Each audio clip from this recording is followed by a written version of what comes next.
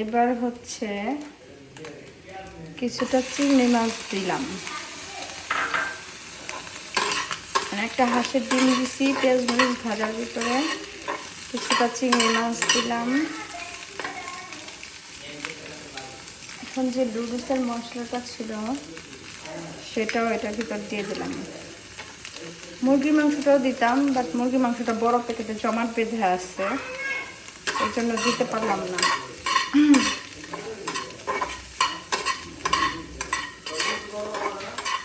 এরকম করে দিয়ে নিচ্ছি। আর যেটা হচ্ছে সেটা হচ্ছে যারা ফলো করে আনফলো দেন তারা কিন্তু তাদের নিজেদের পেজের একটা ক্ষতি করছেন, তাই কেউ দয়া করে ফলো করে আনফলো করবেন না। কেউ ফলো দিয়ে আনফলো করবেন না। এখন হচ্ছে আমি আলু বখরা দিয়ে দিচ্ছি 3 পিস, যাতে করে এটা টেস্ট আরও বেড়ে যায় আর বাচ্চারা একটা স্বাদ পায়। যেহেতু বাচ্চারা আচার টাইপ খেতে পছন্দ করে, এই আলু বখরাটা মানে এটা সবকে বাড়িয়ে দিবে। আর আমি এই পাশটায় পানি বয়েল করে নিয়েছিলাম, সেই গরম পানিটা দিব, একটু বেশি করে গরম পানি দিব, কারণ আমি কিন্তু নুডলসটা স্যুপ স্টাইল রান্না করব। নুডলসটা স্যুপ স্টাইল রান্না করব।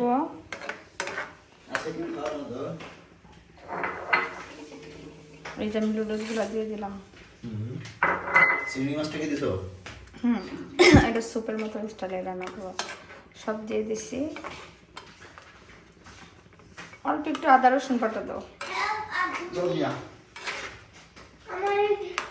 একদম 1 চিমটি।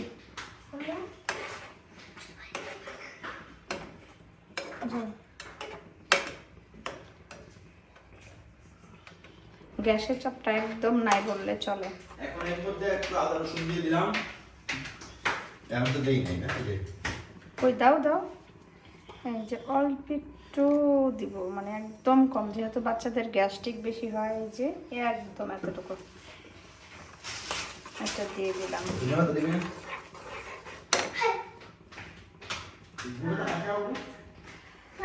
সো দয়া করে কেউ আনফলো করবেন না, ফলো দিয়ে আনফলো করবেন না। প্রয়োজনে ফলো দেওয়ার দরকার নাই, কিন্তু কেউ আনফলো করবেন না।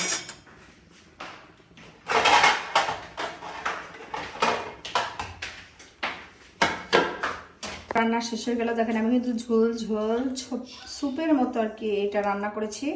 যেহেতু আমি ফার্স্টে বলেছি বাচ্চার জন্য হেলদি, মানে এটা হচ্ছে বাচ্চার টিফিনে আমি নিজে একটু পরে নিয়ে যাব, ওর স্কুলটা একদম কাছে, ও এখন চলে যাবে আর আমি একটু পরে নিয়ে যাব ওর জন্য। তো এটা খেলে কি হবে, একদম গ্যাস্ট্রিকটা কম হবে। আর যেহেতু এখানে চিংড়ি মাছ আছে, হাঁসের ডিম আছে, তারপরে হচ্ছে আলু বখরা আছে, সব কিছু সস আছে, সব কিছু মিলিয়ে হচ্ছে এখানে গ্যাস্ট্রিকটা একটু কম হওয়ার সম্ভাবনা আছে। আর সেকেন্ডলি হচ্ছে এটা খেলে পেটটাও কিন্তু ভরবে। ও কিন্তু সকালে বেশি একটা খায় না, মানে একটু চা খেয়েছে, তাই এটা যদি খায়, আমি ঝোলটা বেশি করে দিচ্ছি, ওর হচ্ছে ভালো হবে, তাই আমি এই যে দিয়ে দিলাম। তো আপনারা চলে আপনাদের বেবিকে এরকম করে স্যুপের মতো নুডলসটা হেলদিভাবে খাওয়াতে পারেন, তাতে করে আপনাদের বাচ্চাদের হচ্ছে হেলথের বিষয়টা ঠিক থাকবে। আর দয়া করে কেউ ফলো দিয়ে আনফলো করবেন না।